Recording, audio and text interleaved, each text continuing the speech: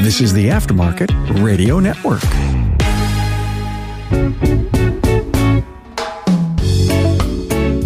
Well, hello and welcome to another episode of the Auto Repair Marketing Podcast. I'm your host, Brian Walker, and today we're going to talk about how to make your brand stand out from your competitors.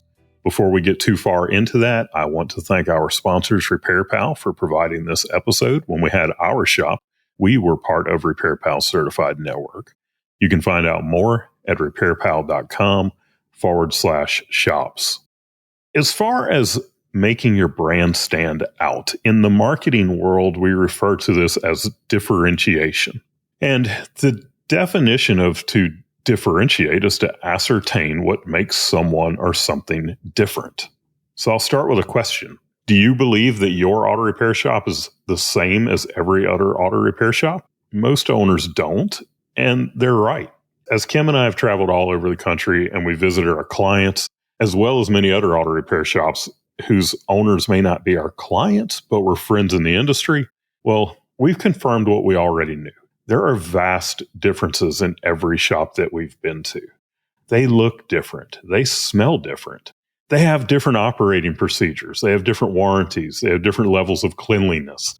The people have different levels of friendliness. The techs have different levels of proficiency, and they have different hourly rates, and it goes on and on and on. And why does this even matter? Well, it's because customers will choose one repair shop over the other for a multitude of different reasons. And many times they have no idea why, because it's completely subliminal why they do it. It's your marketing's job to showcase the things that make your shop different from the others around you. And that's why we're talking about this topic today. So we're going to talk about differentiating your brand from your brand. And just hang with me on that, all right? Because, before we get too far into this, you have to understand the difference between your brand and what your brand actually is. Because people tend to think of your brand as your logo, your colors, and your fonts. And those are all part of your brand, but I want you to think deeper about this. I used to have a partner, business partner back in the day, and he's the one that taught me what the real meaning of a brand was. And it made such a shift in the way that I think. It completely changed my mindset on what a brand was, because I was that person that when you said a brand, I thought of the logo and the fonts and colors as well. But the way that he explained what a true brand is to tell me about Harley Davidson. And when describing their brand, he talked about the loud exhaust and the vibration from the motorcycle. He talked about wearing black leather and boots and having a bit of an attitude and swagger. He talked about the glare of the chrome, the wind in your face, and the carefree freedom that you feel when you're riding a Harley. You see, Harley Davidson doesn't sell motorcycles. They sell a feeling. And when you think of the riders of Harleys, initially you probably think of roughnecks who they'll crack a bottle over your head if you glance at them too long. And that may have been true at one time, but not so much today. Many of their customers are doctors and lawyers and other white-collar professionals who they feel strangled by their Brooks Brothers shirts and shackled to their desks. But when the weekend comes, they get to be someone completely different. And that someone is what Harley Davidson sells them. So yes, I'll talk about how you can differentiate using your logo, colors, and fonts. But the meat of this podcast is going to be about differentiating your brand from your competition. But first, you've got to understand why people buy from you now. And every time we have a kickoff meeting with a new client, we ask them how their shop is different from other shops, and they almost always have a hard time telling us. So if you don't know how your shop is different and why people choose to do business with you, start by reading your reviews. What are people saying about you on platforms like Google, Facebook, and Yelp? I just went through a client's reviews, and some of the statements I read without scrolling very far. I wrote them down. They do quality work. They give great customer service. Pricing was better than the dealership. Communication was top-notch. They fully addressed the issues that needed to be addressed. Professional, knowledgeable, courteous, and most importantly, honest. Wow, my truck has never run this good in the 10 years I've owned it. Always fair and honest. I've never had a bad experience here. Now, the shop that I'm talking about is truly a great shop. Even when you compare them to the best shops, they stand out as a step above the rest. So it didn't surprise me to see these reviews, but the most common thing that stood out to me was the perception people have about the quality of work they do. We often have to go check a shop's reviews because the owners can't tell us what sets them apart. And we see shops that are loved because they're the nicest people, because they have loaner cars, because they fix problems other shops can't, and because they're cheap.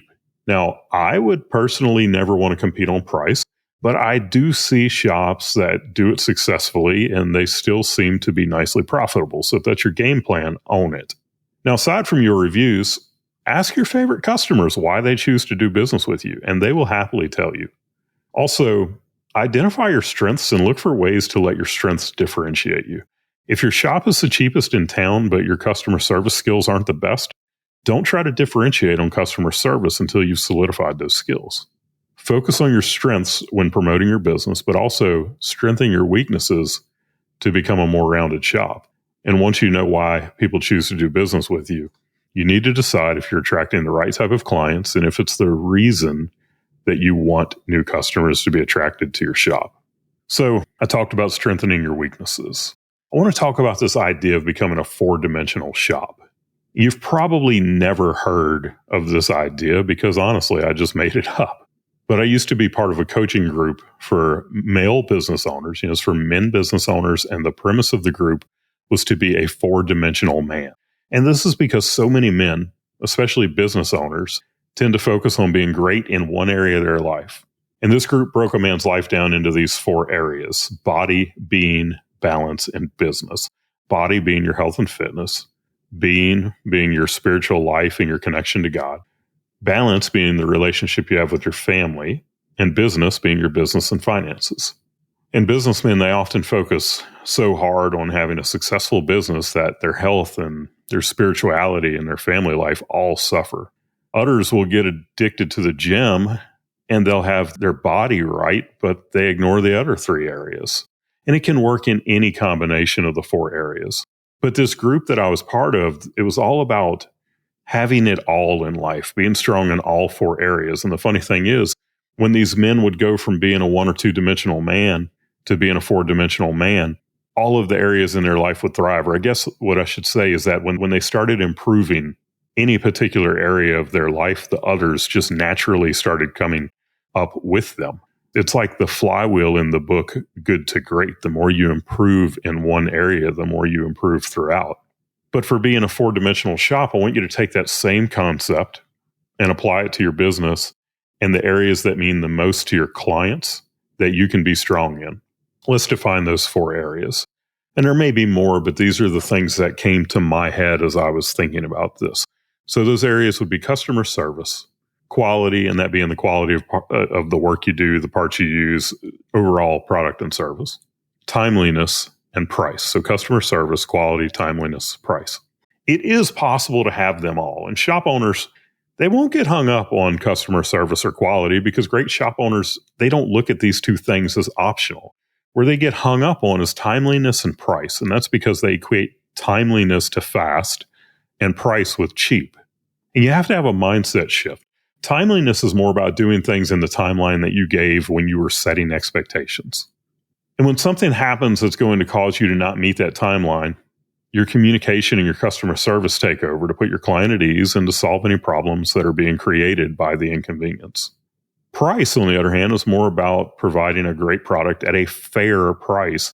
And just like timeliness, honoring the price you originally quoted. I know there are times when that's not possible, but those should be pretty rare occasions.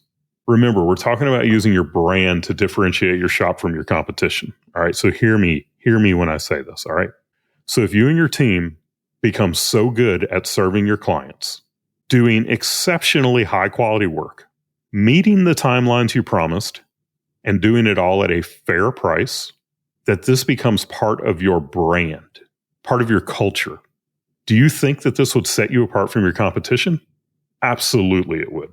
So I hope that this is all coming together now, what I mean by your brand versus your brand. Time to thank our friends at RepairPal for making this episode possible. Don't get left behind. Today's tech-savvy consumers value instant gratification, so they start their searches for a repair shop on their computers and smartphones. These power users research auto repair and service options and decide which shops to engage with in an instant. Gain these customers by being RepairPal certified. They provide proof that your prices are fair with their best-in-class estimator. They're the largest site for auto repair, and they will introduce your shop to new customers through RepairPal.com and through the recommendation of partners like USAA, CarMax, and Consumer Reports. As shop owners, we were in the RepairPal certified network, and it helped grow our business. You have to be in it to win it, so head on over to RepairPal.com/shops and set up a call to learn more. When you sign up, you'll get 1 month of service free and save $150 off certification. That's RepairPal.com/shops. I bet you've never heard me say this. People do business with people they know, like, and trust.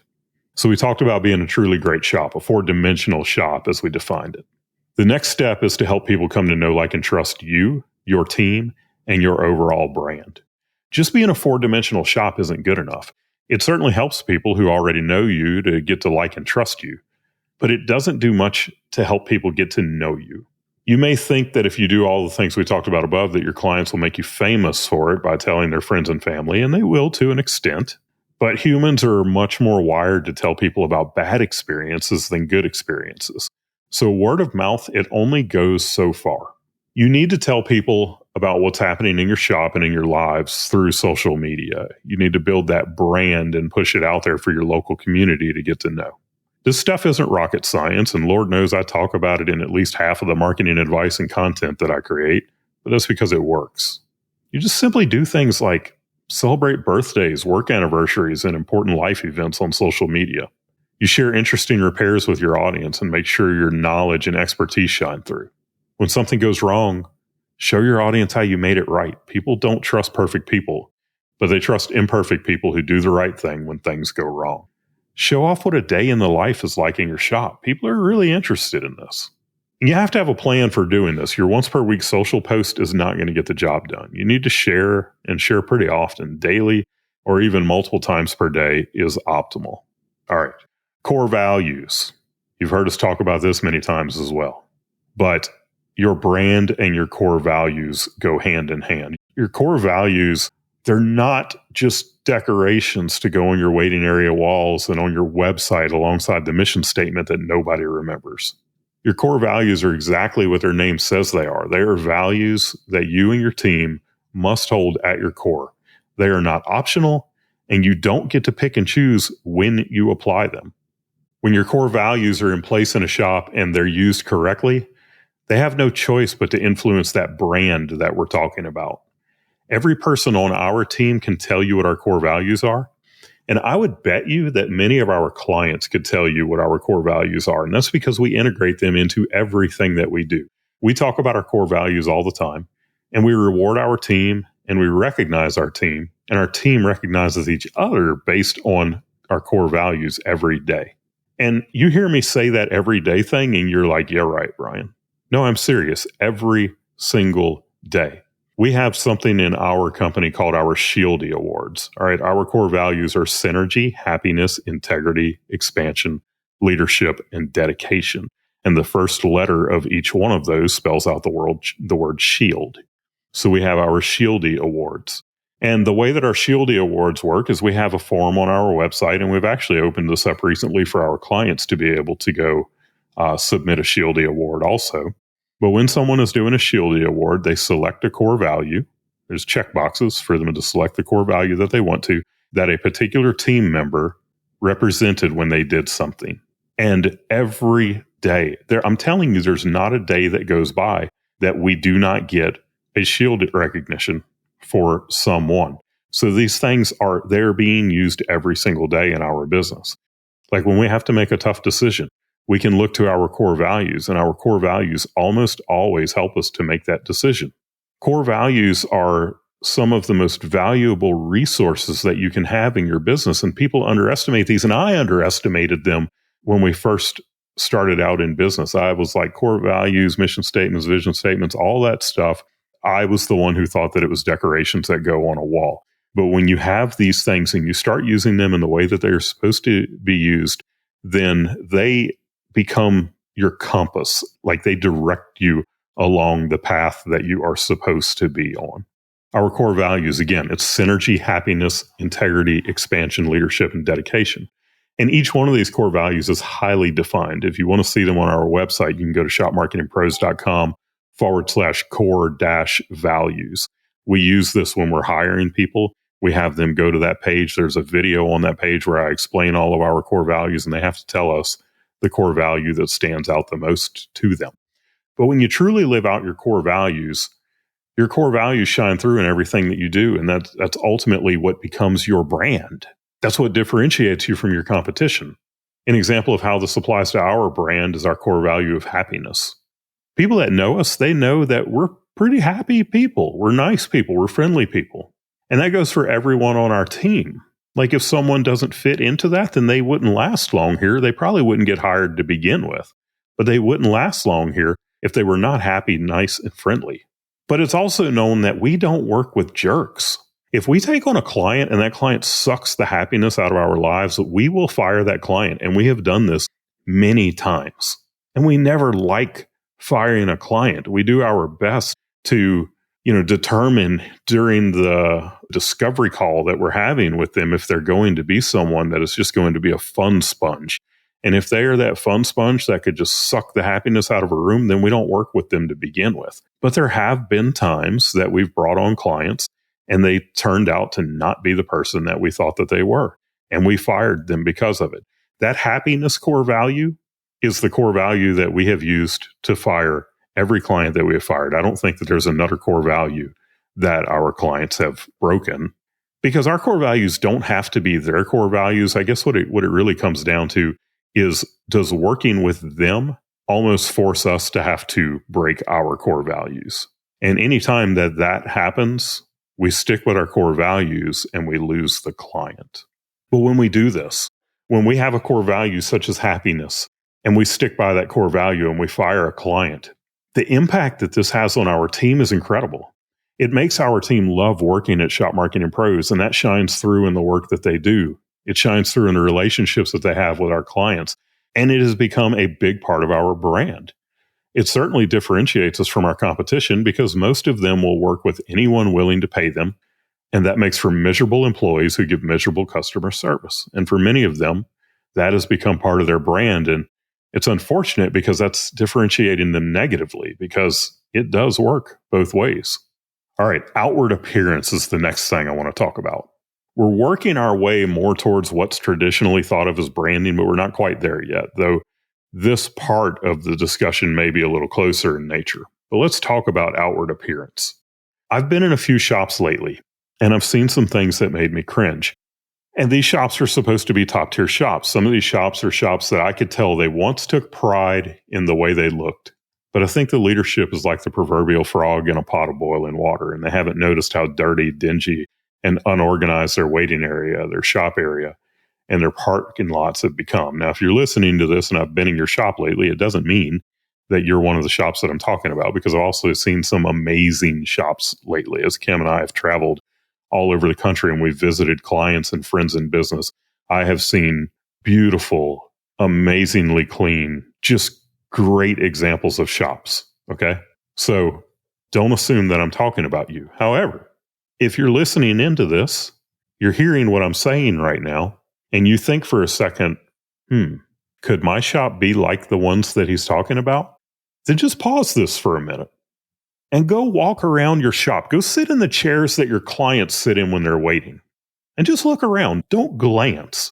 Like, really look around. Sit on the floor. All right. And I know you think I'm crazy right now, but sit on the floor. Because how many parents might end up sitting on the floor with their kid? What can they see from that point of view? Are there cobwebs under the lip of your front service counter? Is there, dust a half-inch thick under the TV stand that you wouldn't see when you're just standing up at the service counter? Because that's your view all the time, and you rarely get your customer's view. Go sit in the chairs that they wait in. Go sit on the floor in the waiting area. Go look at it from every angle. Go in the bathroom. You probably have an employee bathroom and a customer bathroom. Go in the bathroom, look around, sit on the toilet.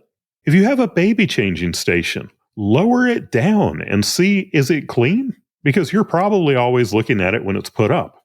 Like, really take the time to look from the different angles that your clients may be seeing things that you are not seeing things. There might be things that are just out in the wide open. There was a shop that we visited recently that their waiting area had obviously become a storage room for extra parts and just anything else that didn't have a place to go. Like, this is one of them that I can tell this shop used to be a really, really nice shop. But over time, one thing gets set down and you walk past it 100 times. Then another thing gets set down and you walk past it 100 times and you stop seeing what is happening. But you know who doesn't miss that? Is your customers. When they walk in, they see it. This same shop that I'm talking about, Kim went to the restroom while she was there. She went in there and she refused to use the bathroom. She hung out in there for a minute, then she flushed the toilet so that they thought, and then she walked out and she was disgusted by what she saw in there. And this was the customer bathroom. Walk out into your parking lot and look around the parking lot. Are the cars that are in your parking lot representative of the types of cars that you want to attract to your business? Because that's what you want out in front of your shop. If you have cars that's where they came to die, you need to get those cars out of there. Have them impounded, tow them away, put them behind the shop, get rid of them somehow. You got clients that owe you bills that they're never going to get paid for. Call them up and say, Merry Christmas, come get your car, because it's costing you more money than you will ever make from that customer paying you. Get that crap out of your parking lot. Make your parking lot look great. Does your building need to be pressure washed? Like, people will excuse an old building, but they will not excuse a dirty, nasty building. You get the point of what I'm saying. So, when you look at these things, at all of these things, when you're sitting in your waiting area as if you were a customer, when you're in the bathroom as if you were a customer, when you're looking at your parking lot as if you're pulling up to it the first time, does what you see, is it representative of how you want people to view your shop? And is this the brand that you want people to think of? Kim and I just recorded a podcast with Michael Doherty. He was one of my service advisors at my shop when we owned Peak Automotive. And it brought back a lot of memories. We talked about how our service advisors wore dress shirts and ties. And we used to get so many comments about that. We were known as the Triangle's most female-friendly shop, and we had a brand to uphold. Some of you might have an unimpressive building, and you feel limited as to what you can do. One of my favorite articles is an article in Ratchet and Wrench magazine. It's about McCart's Auto Center. McCart's Auto Center is spelled McCart''S, Auto Center. Just go do a Google search for Ratchet and Wrench, McCart's Auto Center, and it'll come up. I'm also going to have the link put in the show notes here. But they did an impressive makeover on their building, both inside and out. They talked about how they would often have customers that would come in for the first time and they would say, I've driven by here for years and I never noticed your business. And it's because they were just this typical tan metal building in industrial kind of area. There was nothing that made them stand out. There was nothing that made anyone recognize them. And the makeover that they did on this place is just incredible. Go look at the pictures. We're finally to the point that you probably thought you were coming here to begin with, and that is, how can your traditional brand assets set your shop apart? Those things that you traditionally think of as branding, they can differentiate your shop from all of the other shops in the area. But let's start with your name, okay? Most people don't think of the name as part of the brand, but the name is arguably the most important part of the brand. In the last year, I've spoken to 2 different shop owners who need to change the name of their shop because it's no longer applicable to them, or at least it no longer represents who they really are. In one case, this shop has been around for 25 years and there's a newer business in town that the other business is a car lot, and it has a very similar name to their name. And that car lot has gotten a really bad reputation. And people associate this car lot with this auto repair shop when they have nothing to do with each other except that the name is similar and they're in the same town. Now, this is a serious case of needing to differentiate. The other shop is a shop that started out as a performance engine rebuilder, and now they're doing full service auto repair. And the name of their business is directly related to performance engines. You see, the name of your business says a lot, and it is the most important part of your brand. Does your business name tell people anything about your business? I've seen shops with names that are as generic as it can get, and others that have done a great job at working their unique selling proposition right into the name. I'm going to give you a few examples of each. Now, I'm going to give you some examples of boring and generic names. I'm not going to say the actual name of the shop because I'm not here on this podcast to call them out. And honestly, just because the name of their business is boring and generic doesn't mean that it's a bad name. It's just that name does nothing to differentiate them. This is a pretty typical one. There's hundreds of shops out there that are going to be named like this, and it is the owner's last name, Auto Repair. So if this were my shop, it would be Walker's Auto Repair. Or the city name, Auto Repair. I live in Hammond, Louisiana. If it were my shop, and that's how I named it, it would be Hammond Auto Repair. Now, that being said, that can be very good for search engine optimization, okay? So don't knock it. I'm just saying that it doesn't do anything to differentiate it. And then another one would be first name Mechanical Services, okay? These are all actual shops that I know of, that I was thinking of when I put this together. But again, I don't want to say their name on the podcast. And there's a bunch of you right now that are probably listening to this thinking that I'm talking about your shop because it's so typical for a shop to be named this way. Remember, there's nothing inherently wrong with these names. These names can be very good. If I had a great reputation as a mechanic and my shop is named Walker's Auto Repair, then maybe I want to associate my name with the shop. If the most important thing to me is SEO and I need to let people know the city that my shop is in, then I might name it something like Hammond Auto Repair. Now I'm going to give you some names, like examples of great names that differentiate. And these are actual shops. These are people that I know in the industry. These are names that you will probably recognize. All right. The first one is Honest Wrenches. The second one that I'm going to talk about is Concierge European. And the third one I'll mention is Tokyo Automotive. So you can see that the typical names, they really tell you nothing except that they're an auto repair shop. Whereas the others, they tell you in the name what you can expect from them. If I go to a shop named Honest Wrenches, what do I expect from them? I expect honesty. And what is the one thing that people fear the most out of an auto repair shop is they fear getting lied to and screwed at the auto repair shop. You know, if I am saying the name of my shop is Honest Wrenches, which by the way, that shop, probably everyone listening to this has heard of Honest Wrenches owned by Travis Troy. They know that this is an amazing shop that's always getting awards and everything for the stuff that they're doing. All right. Concierge European. What would I expect from them? I would expect a concierge experience when I take my car to them. The thing is if I go there and I don't get that, because I don't know the owner of that shop, actually. I know of the shop, but I don't know the owner of it. But I would expect a concierge experience. And if I don't get that, I'm going to be disappointed. So you have to live up to your name, just like Honest Wrenches has to live up to their name.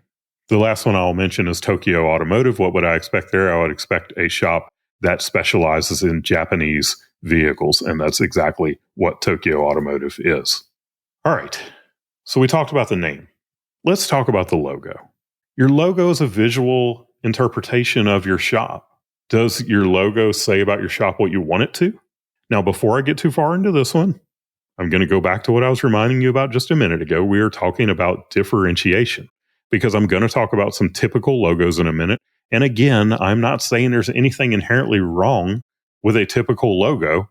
I'm just saying that they don't necessarily differentiate. So often in the auto repair space, we see shop logos that they're the silhouette of a car, a wrench, gears or checkered flags, pistons, and like all kinds of stuff. And the truth is that these are recognizable images that relate well to auto repair. So they can actually make really great logos for auto repair. And I've seen that executed really, really well. But they don't differentiate. In fact, there's a particular car silhouette that it must be in a popular clip art program or something because I've seen it used so many times. And you probably know the one that I'm talking about. When we were talking about outward appearance above, I talked about McCart's Auto Center. There's another thing I want you to go look at. So again, you can Google Ratchet and Wrench McCart's Auto Center, or you can go into the show notes and there will be a link to this article. But go look at the giant logo on the facade of their building. It's clean. It's different. It's not a typical auto repair logo. It has a high-end feel to it. You'll also notice that it can be used easily in a square profile picture or a round profile picture, as well as a long horizontal layout, which is something that you really need to think about when you're creating your logo. It's also not busy. It can be embroidered easily, which is something that people don't think about a lot when they're doing their logo. So it's a great logo. Now, I recently saw a logo that manages to cross the lines well because it has a silhouette of a car, but this shop specializes in Teslas, and the silhouette is a side view of the back half of a Tesla Model 3, which is pretty recognizable. This is one of my previous technicians. his shop now, and he's a client now. And it's a very cool logo. So think about these things when you're creating your logo. Color theory and font choice also play highly into how your logo represents your business. One color may exude a feeling of stress while another exudes calmness. One color might have a childish feel while another has a professional feel. You need to choose colors that reinforce your brand's focus and the overall vibe of your business. Things like red, for example, is representative of excitement. Orange. These are not my opinions. These are things that come from the graphic design world where they've said, it's color theory. But red is representative of excitement. Orange is representative of confidence. Yellow is representative of happiness. Green is representative of freshness. Blue is representative of trust. I've also heard that green is representative of money, and I've heard that red is representative of anger. So there's a lot of different color theories, and you need to look at all of those when you're going to get into, that level of detail into your logo. So there's a lot that goes into a logo and making sure that it represents you well and that it differentiates your business. The next thing we're going to talk about is your brand message. This is the final piece of the traditional brand as far as how we're going to talk about it today and how it can differentiate you from your competition. This is the easiest and most direct way to differentiate through conventional branding because you're literally telling your audience how you're different. You need to think differently about your messaging, though, because most shop owners want to talk about their years of experience, their certifications, their warranties, and the things that are important to them. And you think, well, Brian, my 40 years of experience absolutely differentiates me. And the certifications that I have absolutely differentiates me. And the warranty that I have absolutely differentiates me. And it does. It does. But these are not the most important things to the clients. You definitely want to have that information there. You want to have it as part of your brand message. And I'm going to tell you how you go about figuring that out. But they're not the most important. The most important is going to directly relate to your clients. So when you're creating your brand message, you need to remember that your clients have a problem, and that problem is what you need to hone into when you're speaking to them. And you need to dig a little deeper than the surface level problem. Sure, on the surface, the problem is that the car is broken. But the real problem could be that they can't get to work. They can't get their kids to school, or they don't trust their car anymore. The problem could be that they can't afford an expensive repair. It could be that they don't trust auto repair shops. You need to figure out what the main concern is for most of your clients, because the main concern will not be the same for all of your clients. But you figure out what the main concern is for most of your clients, and you hone in on that. You press into the pain, and you make it feel real. And then you tell your clients how you're going to solve that problem for them. Now, I told you that I would tell you how to figure that out. You've heard me talk about the book, Building a Story Brand. That is what this entire book is about crafting your brand message. So go read the book, Building a Story Brand by Donald Miller. Even if you don't like to read, this is an easy book to read. If you really don't like to read, get it on audiobook and listen to it. This book will tell you everything that you need to know about creating your brand message. It will change the way that you think about every word that is on your website and on your billboards and in your advertisements and everything else. It is one of the best marketing books that I have ever read. And no, it is not the only way to craft messaging, but it is my opinion that it is the best and most effective way to do that. So as we wrap all of this up, you can't underestimate the importance of differentiating your shop from your competition. Trying to compete in a sea of sameness is a race to the bottom. Your shop, your team, your culture, and your brand are different from every other shop out there. And your job is to learn how to express that to the world, or at least to your local community. I also hope I was able to get you to start thinking differently about what your brand really is, because it matters so much when you need to stand out from the crowd. It is so much more than a logo and fonts and colors. It is the vibe that your business puts out into the world. It is the way that people think of you. It is anything that when someone sees it, it makes them think of your company. If you need help with your marketing, and look, it's very rare that I put a call to action in these podcasts, because I want these podcasts to be about learning. And I also want to really focus in on our sponsor. And I understand that you know this, but if you need help with your marketing, that is what we do at Shop Marketing Pros. We would love to talk to you to see if we can help you to build a brand for your shop that stands out ahead And above the Utter Shop Singer area, you can schedule a discovery call at shopmarketingpros.com. There is a button in the header that says book a discovery call, and we would love to talk to you. So thank you for listening in to this episode of the Auto Repair Marketing Podcast. I want to thank our sponsors, RepairPal, for sponsoring this episode and all of the other episodes that we've done. We could not do this without them. When we had our shop, we were a RepairPal shop, and it was a great way that we were able to get new business for our shop. Remember, we are just one of a handful of podcasts on the Aftermarket Radio Network. You can find the others at aftermarketradionetwork.com. I hope that you'll listen in again next week. And until then, go fill those bays. You've been listening to the Auto Repair Marketing Podcast with Kim and Brian Walker. Follow the podcast on your favorite listening app. Find their emails in the show notes and visit them at shopmarketingpros.com. Let Kim and Brian know what you want discussed, because they're all about advancing the aftermarket.